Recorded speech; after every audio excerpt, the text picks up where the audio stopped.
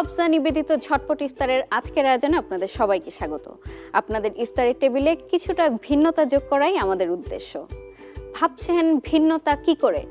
ভিন্নতা আসলে সেই অর্থে নয়, আমরা পুরনো কিছু রেসিপিকেই আপনাদের সামনে উপস্থাপন করি একটু ভিন্ন ভিন্ন উপকরণ যোগ করে। তো আজকে আপনাদের জন্য আমি তৈরি করব আলুর চপ এবং রুয়াবজা মিল্কশেক। ভাবছেন আলুর চপ তো আমরা সবাই পারি, নতুন করে কি দেখাবেন? আমি কিন্তু পুরো আলু দিয়েই তৈরি করছি, কিন্তু এটার সাথে ভিন্ন কিছু উপাদান যোগ করব। তো এই জন্য আমি আগে তেলটা গরমে দিয়ে নিই, কারণ যেহেতু আলুর চপ একটু বেশি সময় লাগবে তেলটা গরম হতে। তেল দিয়ে দিচ্ছি আমি, একটু বেশি তেলে ভাজতে হবে আলুর চপটা। তেলটা গরম হতে হতে আমি আলুর চপটা তৈরি করে নিচ্ছি। এখানে আমার কাছে দুটো আলু সেদ্ধ করা আছে।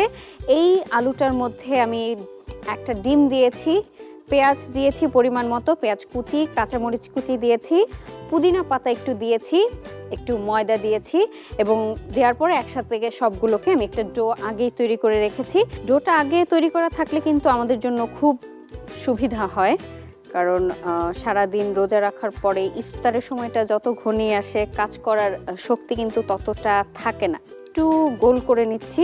গোল করে আমার এখানে ডিম একটা আমি ফিটে নিয়েছি এবং ময়দা আছে আমার কাছে।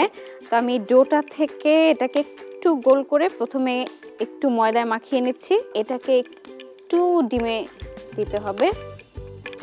এরপরে আমি এটাকে ব্রেড ক্রাম্বে দিচ্ছি। কোট করা হয়ে গেছে আমার। এইভাবে 2 থেকে 4টা আমি তৈরি করব। অতক্ষণে কিন্তু আমার তেলটা যেহেতু আগে দিয়ে নিয়েছি, তেলটা কিন্তু ভালো করে গরম হচ্ছে এবং হতে কিন্তু খুব বেশি সময় লাগবে না, কারণ এমনিতেই আলুটা সেদ্ধ করা। পেঁয়াজ কাঁচামরিচ তো আমরা এমনিতে কাঁচাও খেতে পারি। একটু ময়দায় দিচ্ছি, একটু ডিমে ভিজিয়ে নিচ্ছি এবং তারপরে ব্রেড ক্রাম্বে দিচ্ছি। ব্রেড ক্রাম্ব করা কিন্তু খুব কঠিন কিছু না। টোস্ট বিস্কিট গুঁড়ো করে এটা তৈরি করা যায়। এছাড়া পাউরুটিও একটু যদি সেকে নেই সেক্ষেত্রে এটা শক্ত হয়ে যায় এবং তারপরে ওটাকে খুব ভালো ম্যাশ হয়। সেক্ষেত্রে ব্রেড ক্রাম্ব কিন্তু বাজারেও পাওয়া যায়।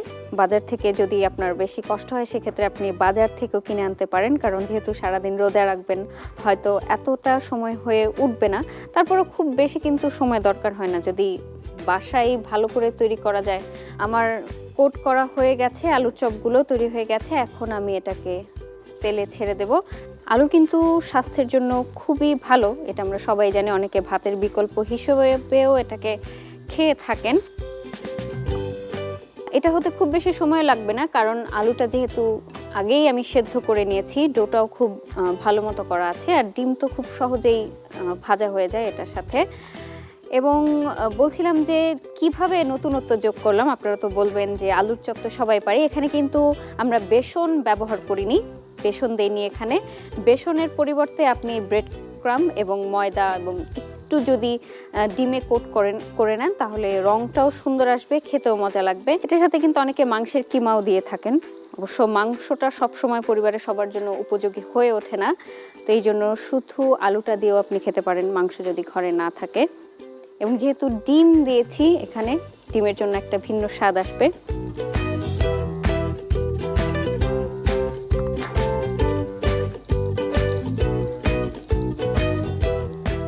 আলুর চপটা আমার একদম হয়ে এসেছে, বাদামি রং ছেড়ে দিয়েছে দুপাশেই। আমি এখন এটাকে নামিয়ে নেব।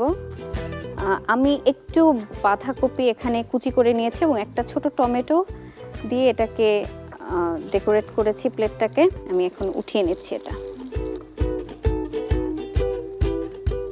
বাঁধাকপিটা চাইলে সালাদ হিসেবেও আপনি এটার সাথে খেতে পারেন। তো হয়ে গেল আমাদের আজকের প্রথম রেসিপি আলুর চপ।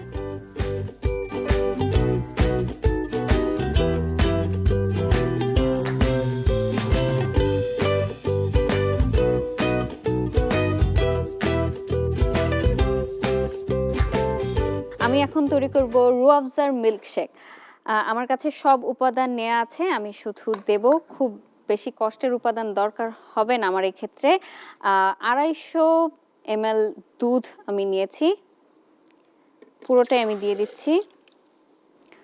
এরপরে আমি দেব তোকমা, আমার এখানে ভেজানো আছে, এটা পানিতে কিছুক্ষণ ভিজিয়ে রাখলেই হয়ে যায়। আমি 1 চামচ পরিমাণ তোকমা এখানে দিচ্ছি। সারাদিন রোজা রাখার পরে এই তোকমাটা কিন্তু আপনার শরীরের জন্য অনেক উপকারী হবে। আমি চিনি দেব এখান থেকে, চিনি দিচ্ছি, খুব বেশি চিনি দেব না, 1 চা চামচ পরিমাণ চিনি দিচ্ছি। মোটামুটি সব উপকরণ দেয়া আমার শেষ। একটা উপকরণ বাকি আছে, সেটা হচ্ছে রুয়াবজা।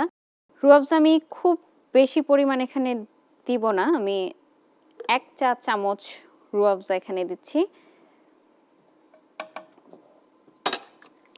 দুধের সাথে রুয়াবজার ঘ্রাণটা ভালো লাগবে এবং দুধ এমনিতেই পুষ্টিকারী একটা পানীয়, সেটার সাথে তোকমা দিয়েছি যেটা স্বাস্থ্যের জন্য খুবই ভালো। এখন সবগুলো উপকরণ দেওয়া হয়েছে, এখন আমি ব্লেন্ড করব এটাকে।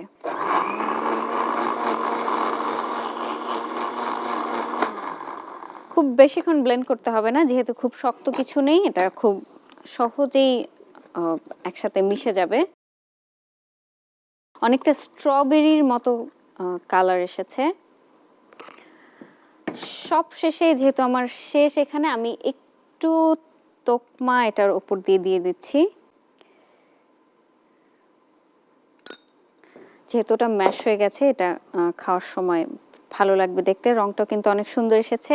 হয়ে গেল আমাদের আজকের দুটি রেসিপি, একটি হচ্ছে আলুর চপ এবং আরেকটি হচ্ছে রুয়াবজার মিল্কশেক। একটি হচ্ছে ঝাল, আরেকটি হচ্ছে মিষ্টি। আমার মনে হয় আপনাদের ইফতারের টেবিলে এই দুটি রেসিপি অনেক অনেক অনেক মজার স্বাদ যোগ করবে। তো আমরা কিন্তু সবসময় যেই রেসিপিগুলো তৈরি করি, সেই রেসিপিগুলো সম্পর্কে আমাদের একজন পুষ্টিবিদ থাকেন, তিনি জানিয়ে দেন যে আসলে আমরা যে রেসিপিগুলো তৈরি করছি এটা আপনার স্বাস্থ্যের জন্য কতটা উপকারী হতে পারে।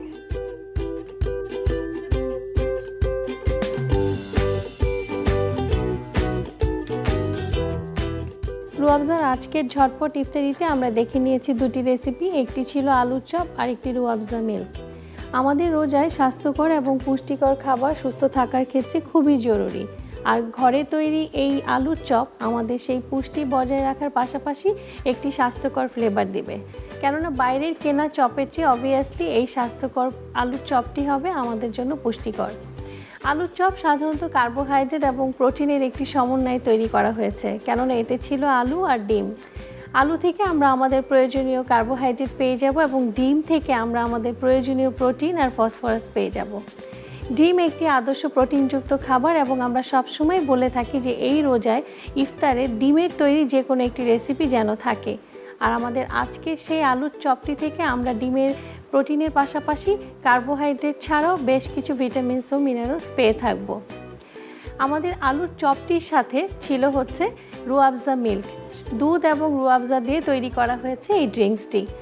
অনেকেই আছেন যারা দুধ সাধারণত তার ফ্লেভারের কারণে খেতে পারেন না, তাদের জন্য এটি খুব একটি ভালো রেসিপি, কারণ দুধ হচ্ছে আরেকটি আদর্শ প্রোটিন যা আমাদের প্রোটিন ছাড়াও ক্যালসিয়াম ও ফসফরাসের চাহিদা পূরণে সাহায্য করে থাকে। এই পুরো রোজায় আপনার স্কিন এবং বোনের নিউট্রিশনকে ঠিক রাখার ক্ষেত্রে দুধের কোনো বিকল্প নেই। তাই দুধ এবং দুধ জাতীয় খাবার আপনাকে অবশ্যই কোনো না কোনোভাবে ইফতার বা সেহরিতে রাখতে হবে। আর সেই জন্য আমাদের আজকে রুয়াবজা দুধ থেকে শুধু পুষ্টির পাশাপাশি আমরা পেয়ে যাব একটি দারুণ টেস্ট। বিশেষ করে রুয়াবজা দুধের পুষ্টিকে বাড়ানোর ক্ষেত্রে বেশ কিছু ভিটামিনস ও মিনারেলস আর ক্যালোরি অ্যাড করে থাকবে। গর্ভবতী মা এবং শিশুদের জন্য যারা রোজা রাখছেন এটি খুবই উপকারী একটি ড্রিঙ্কস। দর্শক, আপনারা জেনে নিলেন যে আজকের এই আলুর চপ এবং মিল্কশেক আপনার জন্য কতটা উপকারী হতে পারে। এরকম উপকারী আরও রেসিপি নিয়ে আপনাদের সাথে আমার দেখা হবে আগামীকাল রুয়াবজা নিবেদিত ঝটপট ইফতার তৈরির পর্বে। ভালো থাকুন সবাই।